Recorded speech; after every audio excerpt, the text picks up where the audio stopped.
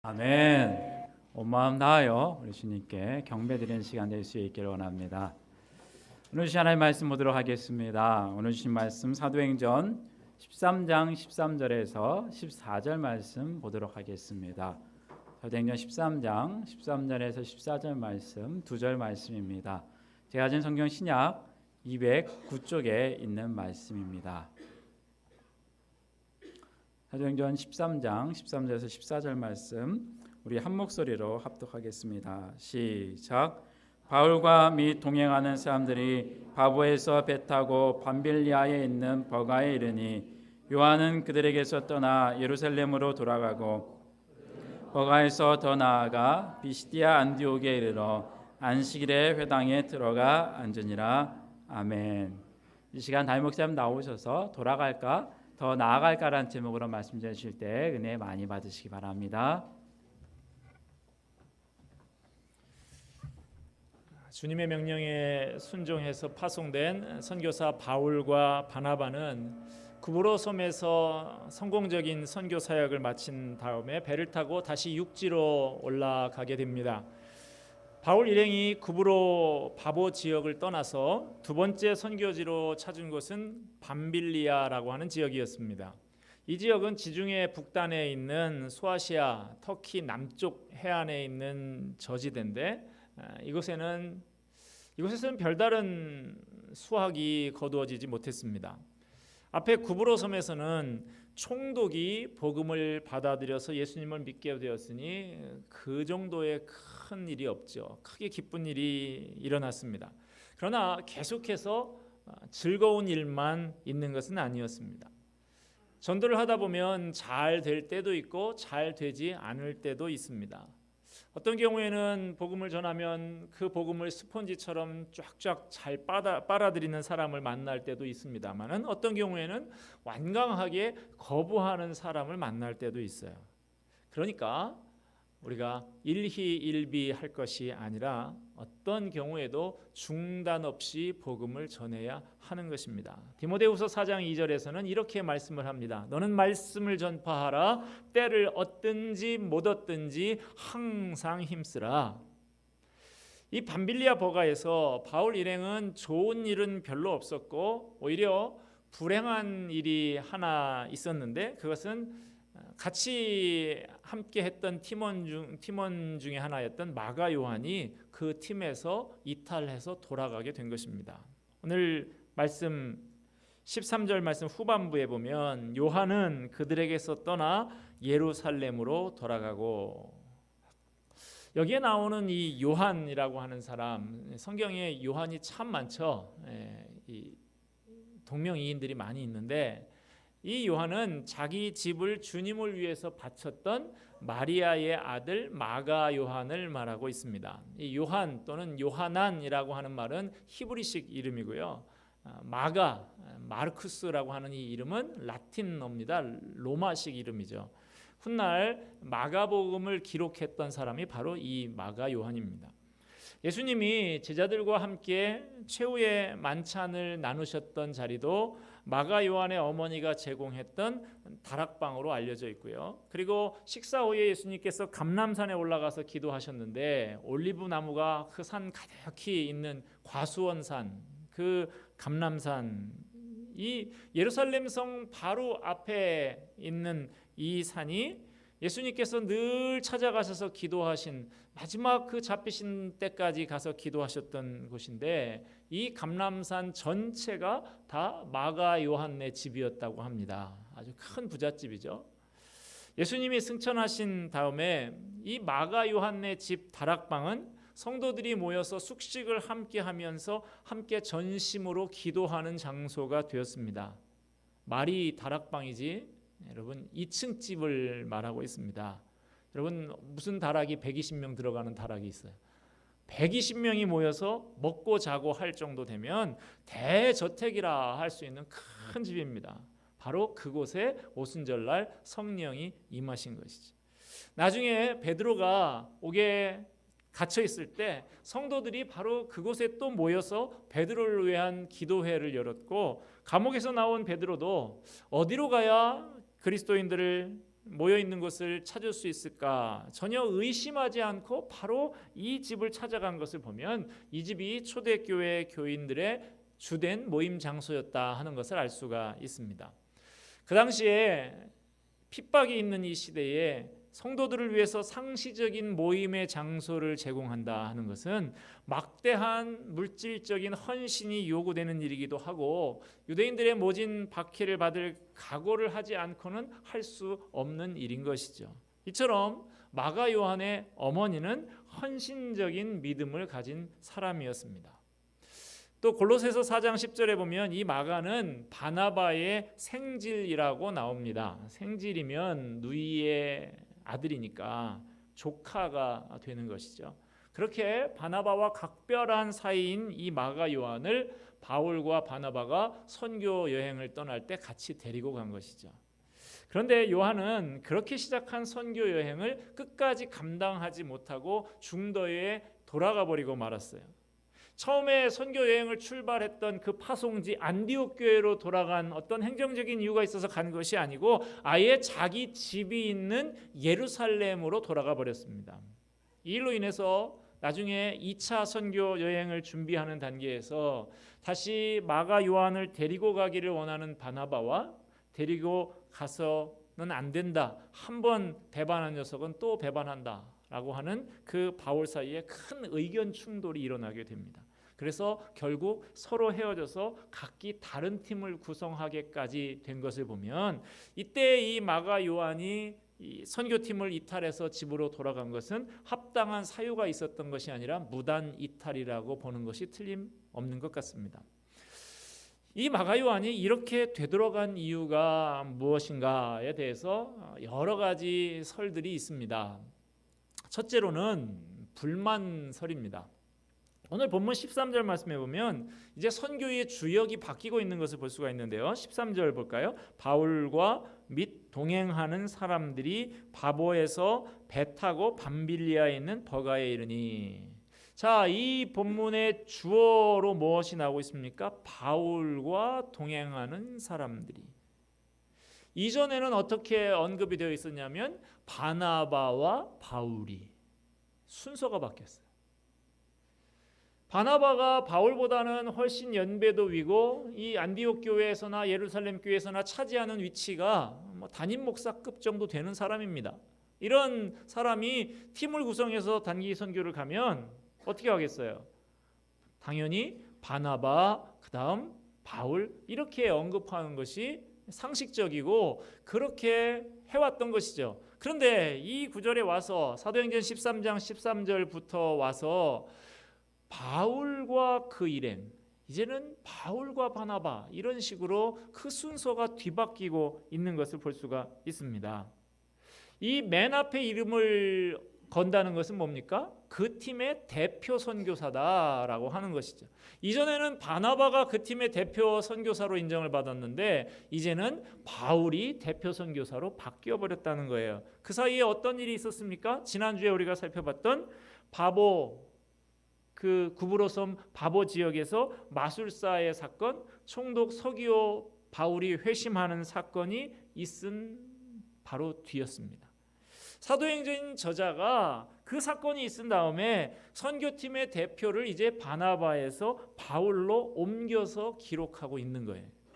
처음 선교 여행을 시작할 때는 선교팀의 대표가 이 마가 요한의 외삼촌 뻘 되는 이 바나바였는데 여행 도중에 주도권이 바울에게로 넘어가게 되니까 바울이 대표자 역할을 하게 되니까 이 마가 요한이 불만을 품고 떠나갔다라고 하는 것입니다. 나는 우리 외삼촌 보고 여기 왔지 바울 보고 온 거 아니야. 나 이제 갈 거야. 이렇게 했다는 거예요.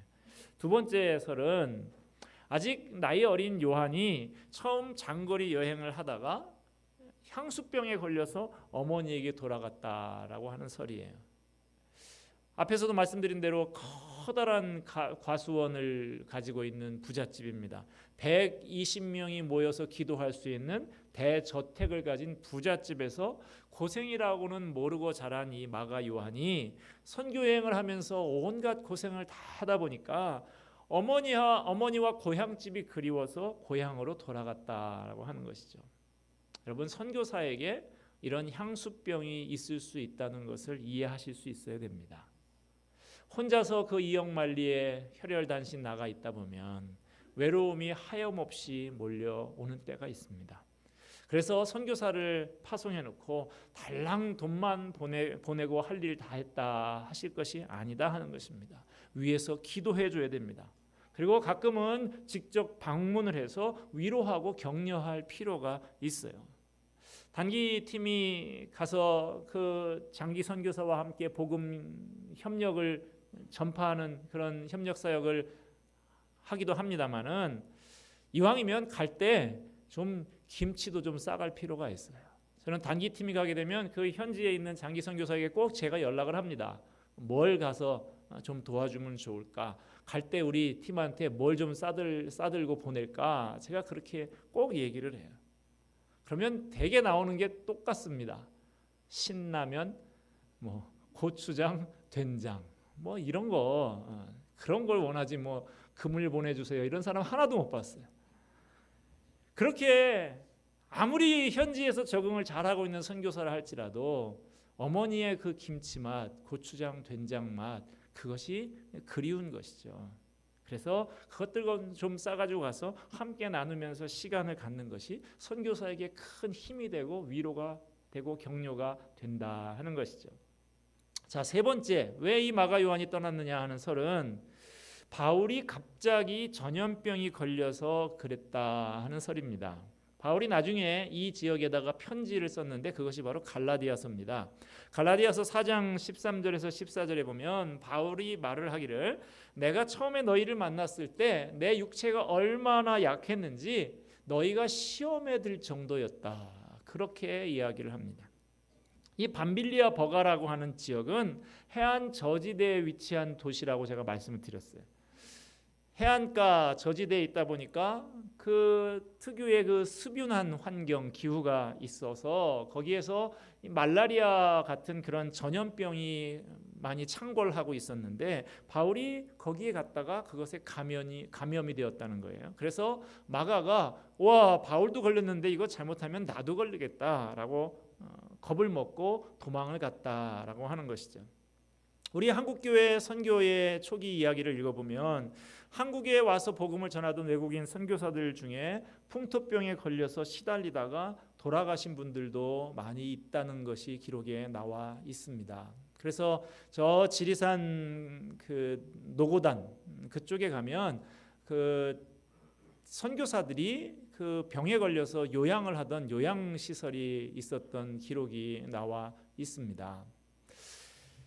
양화진 선교사 묘지에 가보면 홀 선교사 가족의 묘가 있는데요. 그 어머니, 아버지, 그 아들까지 그 묘가 그곳에 있습니다. 이 윌리엄 홀이라고 하는 선교사, 캐나다에 있는 벽촌의 가난한 집안 출신이지만 열심히 공부하고 자수성가로 의대를 마치고 의사가 됐습니다. 뉴욕 빈민가에서 의료봉사를 하다가 만난 여의사 로제타라고 하는 여인과 약혼을 하고 나서 두 사람이 1890년, 1891년 연이어서 한국에 들어옵니다. 그리고 서울에 와서 결혼을 합니다. 이들 부부가 1년 후에 아직 한 살도 채 되지 않은 아들과 함께 갓난아기와 함께 평양으로 갑니다. 가서 온갖 핍박 속에서도 의료봉사를 하면서 교회를 개척했습니다. 청일전쟁이 발발을 해서 부상자들과 환자를 치료하기 위해서 불철주야 노력하던 이 윌리엄 선교사가 자신도 전염병에 걸리게 됩니다. 의사인 아내의 돌봄을 받았지만 1894년 11월 24일 한국에 온 지 3년 만에 아내의 품에서 세상을 뜨고 맙니다. 이때 그의 아내 로제타는 이제 큰아이 아들 이제 1살짜리 그리고 뱃속에 임신 7개월 된 아이를 가지고 있는 상태였습니다. 우리 한국 선교사들에게도 비슷한 일들이 종종 있습니다. 제가 전도사 때 부목사로 함께 동역했던 목사님 계신데요. 이분이 중앙아시아에 있는 우크라이나로 선교사로 파송을 받으셨습니다. 그래서 한동안 열심히 사역을 하셨어요. 그런데 세계적으로 신종플루가 창궐하던 때에 갑자기 고열로 시달리다가 얼마 만에 돌아가시고 말았어요. 여러분, 불과 200년도 안 된 한국의 상황, 또 불과 얼마 전 벌어진 이 한국 선교사의 상황, 요즘에도 이런 일들이 일어나고 있는데 마가 요한이 2000년 전 그 아무런 전염병에 대한 대책이 없던 그 시절에 전염병에 걸린 바울을 보고 집으로 돌아갔다. 어느 정도는 우리가 이해할 수 있는 것 같습니다. 마지막으로 네 번째 설이 있는데요. 방금에 말씀드린 설하고도 연관이 있습니다. 이제부터 여행길이 더 험난해질 것이다. 지금까지도 힘들었는데 더 험난해질 것이다 하는 것이 예상돼서 질에 겁을 먹고 포기했다라고 하는 설입니다. 보통 기후와 풍토가 맞지 않아서 생긴 병은 그 지역을 빨리 벗어나야 나을 수가 있는 것이죠. 그래서 이 선교팀이 습한 저지대였던 밤빌리아 버가를 벗어나서 건조한 고원지대인 비시디아 안디옥을 향해서 떠나게 된 것이 오늘 14절에 보면 나오고 있습니다. 그런데 여러분, 비시디아 안디옥, 이 밤빌리아 버가에서 비시디아 안디옥까지 가는 길이 얼마냐? 200km가 넘습니다. 200km가 어느 정도 되는가?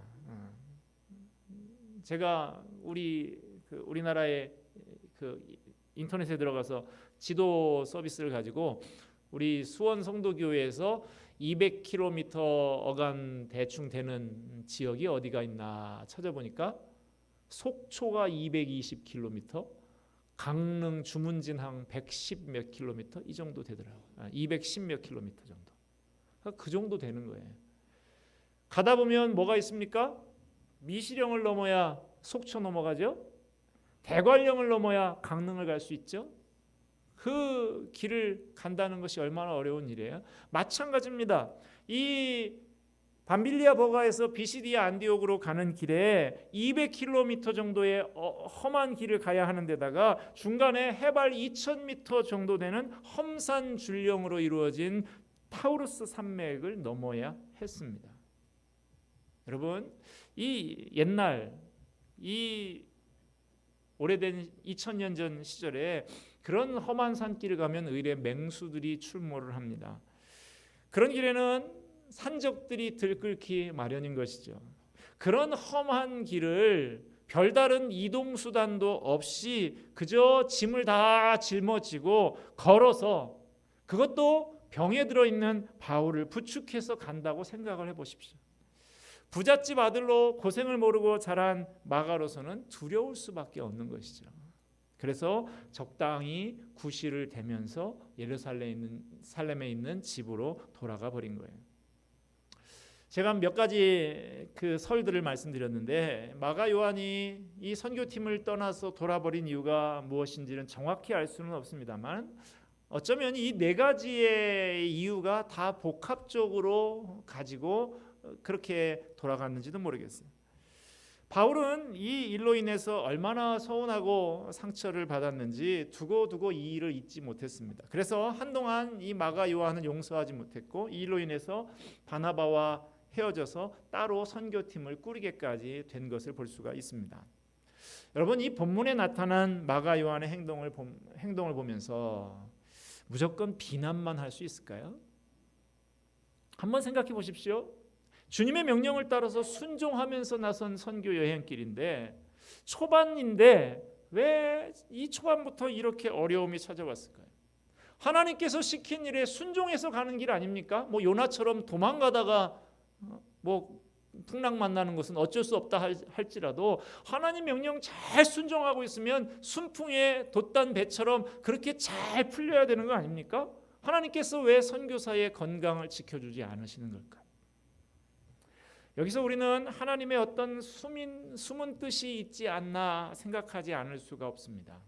이렇듯 하나님의 일꾼에게 고난을 허락하시는 이유는 우리가 내 힘으로 일하는 것이 아니라 하나님의 능력으로 일하게 하시기 위함입니다. 내 능력, 내 건강, 내 지식 이런 것들 의지하는 마음을 다 비워내버리게 한 다음에야 하나님의 능력으로 가득 채워지게 되는 것입니다. 하나님이 누구를 들어서 쓰실지, 누구에게 중요한 일을 맡기실지 아무도 모릅니다. 그러나 하나님이 쓰시는 사람들을 가만히 보면 남모르게 연단받는 시간들이 있었던 것을 볼 수가 있습니다. 하나님께서는 한 사람을 쓰시기 전에 먼저 고난을 통해 불순물들을 깨끗하게 제거하시는 거예요. 누구나 말 못할 자신만의 고난이 있습니다. 예수만 믿으면 모든 것이 술술 잘 풀릴 줄 알았는데 그렇지 않은 경우도 있어요. 예수를 믿는데도 잘 풀리지 않는 인생의 문제가 있습니다. 잘 이해가 되지 않아요. 그러나 당장 잘 납득이 되지 않더라도 분명한 것은 거기에 하나님의 뜻이 담겨 있다는 사실입니다. 어떤 사람은 한평생 건강 문제로 씨름하기도 하고 또 어떤 사람은 어려운 환경 때문에 진통을 하기도 합니다. 심지어 어떤 사람은 하나님이 그 가족을 먼저 불러가시는 큰 슬픔 가운데서 하나님을 만나기도 합니다. 제가 예전에 섬기던 교회에서 남자 제자반을 운영을 하고 있었는데 그 중에 한 집사님이 아주 건강하신 분이에요. 제가 늘 그 집사님 이렇게 알통이라 그러죠. 이 팔을 이렇게 만져보면 한 손에 잡을 수가 없어요. 이렇게 되고 이 다리의 허벅지가 얼마나 축구 선수처럼 굵은지 집사님 허벅지가 제 허리보다 굵겠네요. 제가 그렇게 말하던 건강한 집사님. 그런데 이분이 늘 가지고 있는 기도 제목이 우리 연로하신 우리 아버지, 그분 예수 믿고 구원받아야 한다고 늘 기도 제목을 내놓고 정성껏 기도하면서 그렇게 가진 정성을 다 해서 간신히 이 아버지를 교회의 첫 걸음을 내디디게 했습니다. 여러분, 그 다음에 그렇게 기뻐하는 이 아버지와 아들, 우리가 흔히 생각할 때는 어떻게 돼야 되겠어요? 그 후로 아버지와 아들은 오래오래 행복하게 살았답니다. 이렇게 동화책처럼 되어야 될 것 같아. 해피엔딩이 되어야 될 것 같아. 그런데 그 아들 집사가 그렇게 건강하던 분이 갑자기 급성 간암에 걸렸습니다. 암에 걸렸다 하더라도 이 정도로 착한 사람, 이렇게 아버지 사랑하고 기도하고 제자 훈련까지 잘 받고 하는 사람이면 극적으로 빨리 회복돼야 되는 것 아닙니까? 그런데 발병한 지 불과 몇 개월 만에 이분이 천국으로 떠나고 말았어요. 하나님이 기뻐하실 만한 사람이 틀림없다고 생각이 되는데 저는 이 가신 분이야 천국 가셨으니까 괜찮지만 걱정되는 것이 남은 이 어르신, 이제 교회 나온 지 불과 한 번, 두 번밖에 되는 믿음도 전혀 없는 이 어르신이 그 아들 천국으로 데려가신 그 하나님 원망하면서 교회를 떠나지시는 않을까 못내 걱정스러웠습니다. 그런데 장례를 다 마치고 이 어르신이 바로 교회에 나오셨어요. 와서 하시는 말씀이 이랬습니다. 저는 제 아들이 속한 그 부부 사랑방 순원들하고 제자훈련 동기생들이 제 아들이 입원한 바로 그 첫날부터 시작해서 세상을 떠나는 그날까지 단 하루도 거르지 않고 매일 밤 그 먼 병원까지 찾아와서 기도해주고 사랑으로 돌보아주는 그 모습 보고 아버지인 나도 그렇게 하지 못했는데 혈육보다 더하게 사랑하는 이 모습을 보고 그것이 어떻게 가능한 것인가 오랫동안 생각을 해봤습니다. 결국에 그것은 하나님의 사랑인 것을 알았습니다. 제 아들이 믿고 여러분이 믿는 그 사랑의 하나님, 저도 떠나지 않고 믿겠습니다. 그렇게 말씀하시는 것을 보았습니다. 여러분, 고난을 견디기가 힘이 들지만 당장은 이해가 잘 되지 않지만 그렇게 뿌려진 고난을 견디고 이겨내면 그것이 자라서 많은 열매를 맺습니다. 여러분, 주님을 위해서 일하려고 하면 많은 어려움이 생깁니다. 그게 부담스럽습니까? 그렇다면 마가 요한처럼 팽개치고 집에 가면 됩니다. 어떤 일을 맡았다가 힘들면 그만두고 다른 쉬운 일을 맡으면 되는 것이죠. 그래도 힘들면 도망가면 됩니다. 지금 이 땅에 교회가 얼마나 많습니까? 이 교회가 싫으면 저 교회로 가고 그 교회도 싫으면 또 다른 교회로 해도 죽도록 옮겨 다녀도 다 못 다니고 끝날 수 있을 거예요. 그러나 여러분, 이런 마가 요한과 같은 뒤로 물러서고 도망가는 그런 태도로 살다가 어떻게 주님 앞에 설 수 있을 것입니까?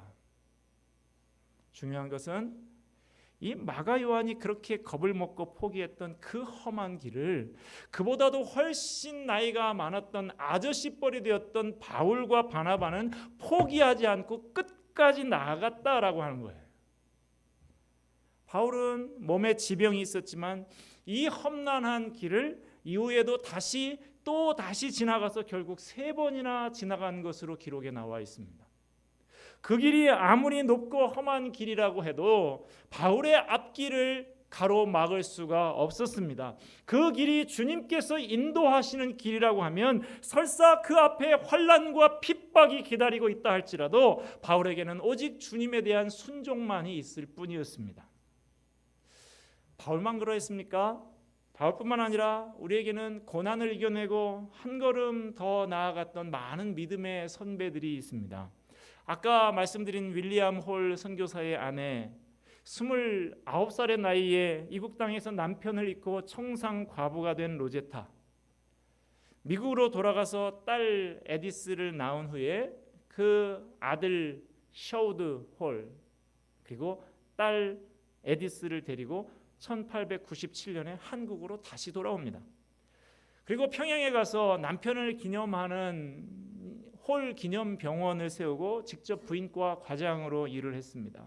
이때 참 안타까운 것은 사랑하는 딸 그 유복자로 있었던 그 딸 에디스가 이질에 걸려서 또 희생을 당합니다. 말로 표현할 수 없는 아픔을 겪었지만 남편을 잃고 딸을 잃는 그 슬픔 가운데서도 그녀의 헌신이 43년 동안이나 계속되었다라고 하는 것입니다. 그 아들 셔우드 홀도 의대를 졸업하고 역시 의사였던 부인과 함께 한국에 와서 일제가 꾸며냈던 간첩 혐의로 추방을 당하기까지 16년 동안 폐결핵 전문가로서 한국 최초의 결핵 요양원을 세우고 한국 최초의 크리스마스 씨를 만들면서 헌신적으로 결핵 환자들을 돕다가 다시 추방당했어도 인도 선교사로 또 나가서 헌신을 합니다. 떠나서도 이 한국 땅을 잊지 못해서 아버지를 잃어버리고 여동생을 잃어버렸던 그 한국 땅 잊지 못해서 조선회상이라고 하는 책을 쓰고 나중에 죽어서 아버지와 어머니가 묻혀있는 그 한국 땅 양화진 선교사 묘역에 함께 묻히게 됩니다. 제가 아까 말씀드렸던 우크라이나 선교사님, 그 사모님과 자녀들도 마찬가지예요.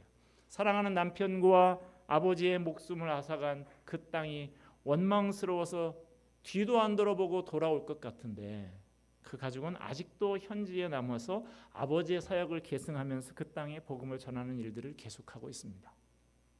여러분, 예수를 믿는데도 고난이 찾아옵니까? 기도하면서 살려고 하고 말씀대로 살려고 애를 쓰는데도 복음을 전하는 전도자의 삶을 사는데도 고난이 몰려옵니까? 기도를 하는데도 하나님께서는 왜 그 고난을 거두어 주지 않으실까요?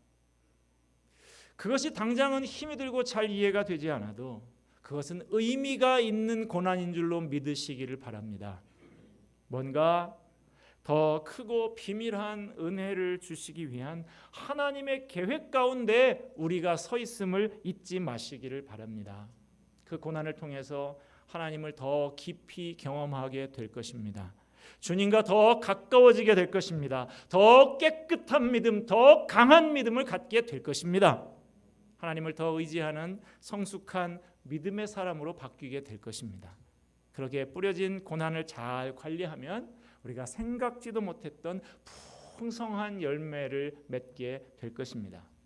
여러분, 오늘 본문의 말씀은 2000년 전의 역사를 기록한 기록이기도 합니다만은 지금 이 시간에도 고난의 현장에서 살아가고 있는 우리들을 향한 도전이기도 합니다. 선택하라는 것입니다. 지금 뒷걸음질 쳐서 돌아갈 것인가, 아니면 믿음의 길로, 소망의 길로, 사랑의 길로 한 걸음 더 나아갈 것인가? 여러분, 고난이 찾아와도 낭망하지 마십시오. 포기하지 마십시오. 마가 요한처럼 겁먹고 뒷걸음질 쳐서 돌아서지 말고 바울처럼 한 걸음 더 나아가셔서 한 차원 더 높은 세계, 더 풍성한 은혜의 세계를 경험하는 저와 여러분이 되기를 간절히 소원합니다. 기도하겠습니다.